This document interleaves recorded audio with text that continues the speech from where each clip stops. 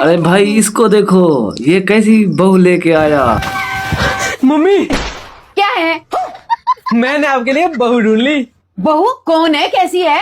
कौन कैसी छोड़ो मम्मी, बस जैसा आपको चाहिए थी वैसी मिल गई। जैसा जैसा आप कहोगी वैसे वैसे करेगी और एक शब्द मुंह से नहीं निकालेगी। क्यों, गूंगी है? हाँ मम्मी। अरे वाह बेटा, ना कुछ बोलेगी और ना लड़ाई होगी, घर में शांति ही शांति होगी। हाँ मम्मी। रुको जरा, सबर करो।